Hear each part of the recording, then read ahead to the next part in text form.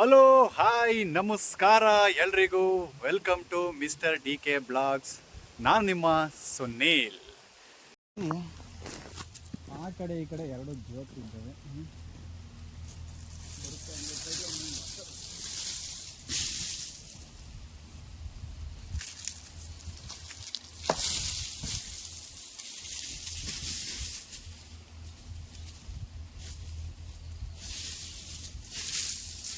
ಪರವಾಗಿಲ್ಲ, ಚೆನ್ನಾಗಿ ಗೆದ್ದಿಡ್ತಾ ಇದೆ. ಈ ಗೆದ್ದಲಿನ ನೋಡ್ರಿ,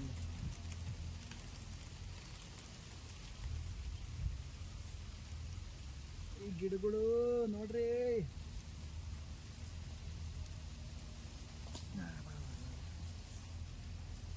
ಕೈಲಿ ಕೀಳೋದು ಬಹಳ ಕಷ್ಟ, ಕೈಯೆಲ್ಲ ಉರಿ ಬೀಳ್ತವೆ. ನೋಡ್ರಲ್ಲ ಅವು ಎಷ್ಟು ಗಿಡ ಇದೆ. ಇಲ್ಲಿ ಒಂದೇ ತಾವೆ.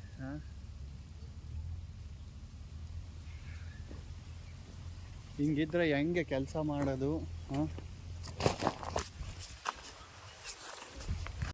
ನೋಡ್ರಿ, ಇಲ್ಲೊಂದು ಎರಡು ಸೊಸೈಟವೆ, ಇಲ್ಲೊಂದು ಎರಡು ಗಿಡದವೆ. ಕಿತ್ತಾಕ್ಬೇಕು. ಇವೆಲ್ಲ ಬಿಗಿ ಇದ್ದಾಗ ಬರಲ್ಲ, ಮುಳ್ಳು ಮುಟ್ಟಿದಕ್ಕೆ ಹಂಗೆ ಹತ್ತಿ ಅಂತ ಕೈ.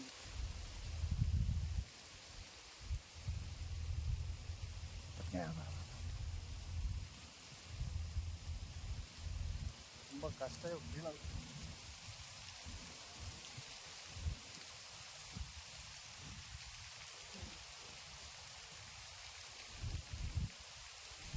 ತುಂಬ ಈ ಗಿಡಗಳು ಜಾಸ್ತಿ. ಅದು ಈಗ ನೀರು ಬಿಡೋದು ಹೊತ್ತು ಇದು ಚೆನ್ನಾಗಿ ಕೊಬ್ಬರಿ ಬೆಳೀತವೆ.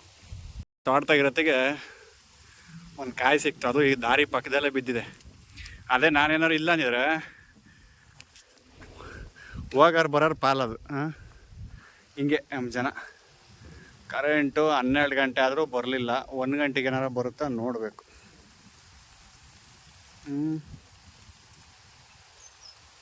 ನೋಡ್ರಿ, ಎಲ್ಲೆಲ್ಲ ಹೋಗಿ ಎಂತೆಂಥದ್ದು ಹೋಟೆಲು ರೆಸಾರ್ಟ್ ಅಂತ ಸುಸ್ಕೊಂಡು ಹೋಗ್ತೀವಿ. ಹಿಂಗೆ ತೋಟದಲ್ಲಿ ಬಂದು ಒಂದು ತೆಂಗಿನ ಗರಿ ಹಾಸ್ಕೊಂಡು ಹಿಂಗೆ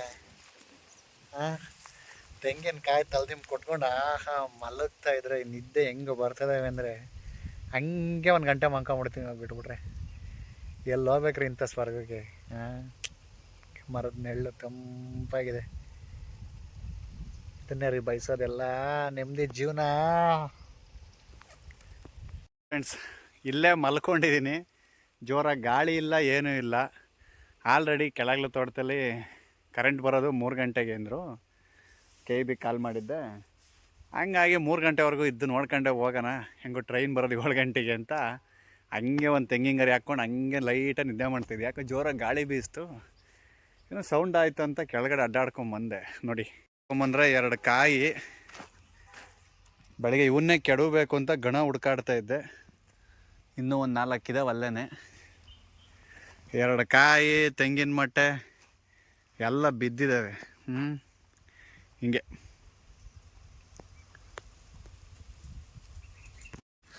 ಫ್ರೆಂಡ್ಸ್, ಇವಾಗ ಈ ಗರಿ ಗುಡ್ಡೆ ಹಾಕೋದ್ರ ಬದಲು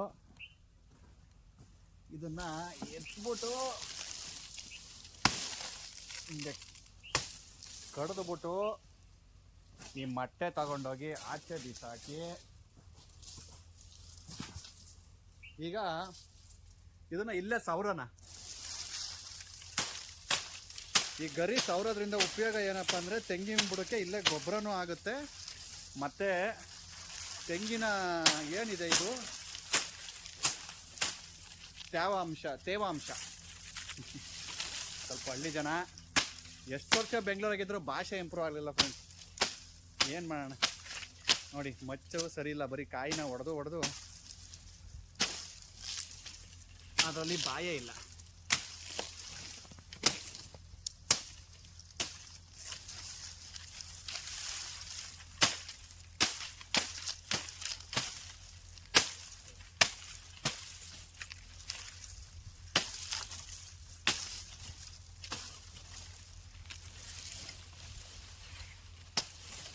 ಇದನ್ನು ಆಚೆ ಬಿಸಾಕೋಣ.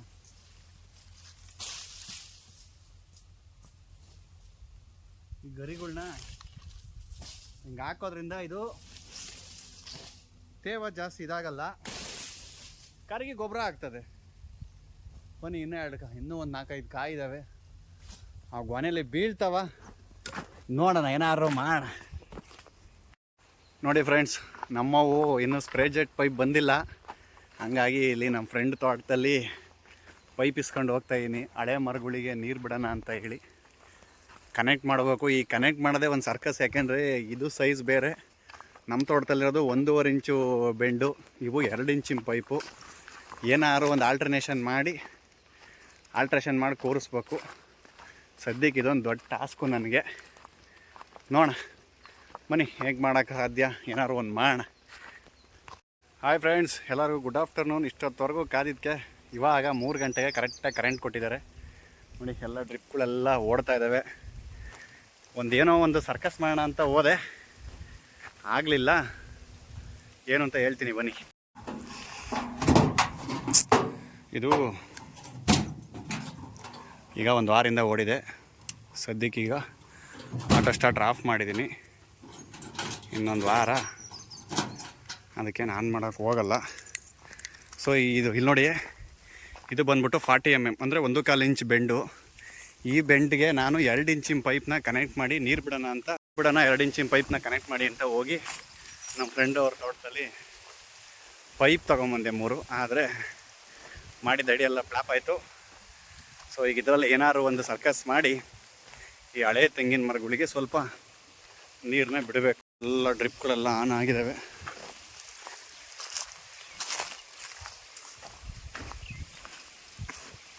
ಪರವಾಗಿಲ್ಲ, 1 ವಾರ ಇನ್ನೂ ಚೆನ್ನಾಗಿ ನೀರು ಕುಡ್ದಿದ್ದಾವೆ. ಒಳ್ಳೆ ಫೋರ್ಸಲ್ಲೇ ಬರ್ತಾ ಇದೆ ನೀರು.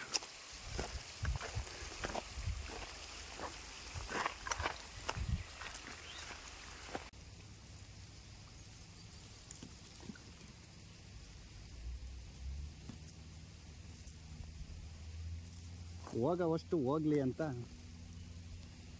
ನೋಡೋಣ, ಟ್ರೈ ಮಾಡೋಣ ಅಂತ ಮಾಡ್ತಾ ಇದ್ದೀನಿ.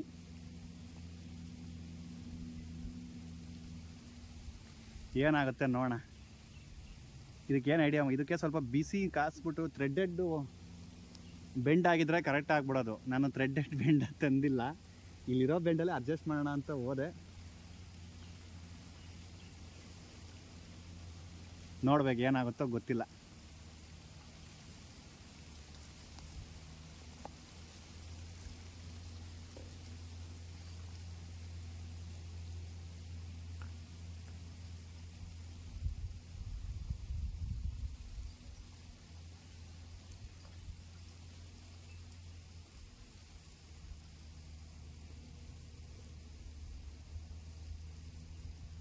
ಮೋಸ್ಟ್ಲಿ ಈ ಫೋರ್ಸು ಸಾಕಾಗಲ್ಲ.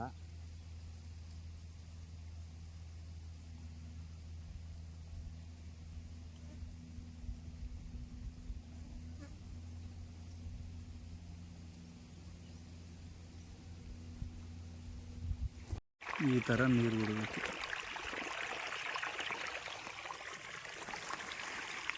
ಈ ಚರಂಡಿ ಇದೆ, ಇಲ್ಲಿ ನಿಂತ್ಕೊಂಡ್ಬಿಟ್ರೆ ಇವೆರಡು ಮರಕ್ಕೆ ಸಫಿಷಿಯೆಂಟಾಗಿ ನೀರಾಗುತ್ತೆ.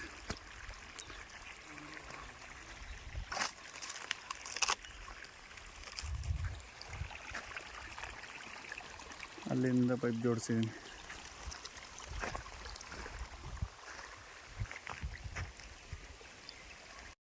ಈ ಬ್ಲಾಗ್ನ ಇಲ್ಲಿಗೆ ಎಂಡ್ ಮಾಡೋಂಥ ಟೈಮ್ ಬಂತು. ಸೊ ಈ ವಿಡಿಯೋ ಇಷ್ಟ ಆದರೆ ಲೈಕ್ ಮಾಡಿ, ಕಮೆಂಟ್ ಮಾಡಿ, ಶೇರ್ ಮಾಡಿ. ಯಾರ್ಯಾರು ಇನ್ನೂ ನಮ್ಮ ಚಾನಲ್ನ ಸಬ್ಸ್ಕ್ರೈಬ್ ಮಾಡಿಲ್ಲ ದಯವಿಟ್ಟು ಸಬ್ಸ್ಕ್ರೈಬ್ ಮಾಡಿ. ಹೀಗೆ ನಿಮ್ಮ ಸಪೋರ್ಟ್ ನನ್ನ ಮೇಲೆ ಇರಲಿ. Thank you so much. ಧನ್ಯವಾದಗಳು.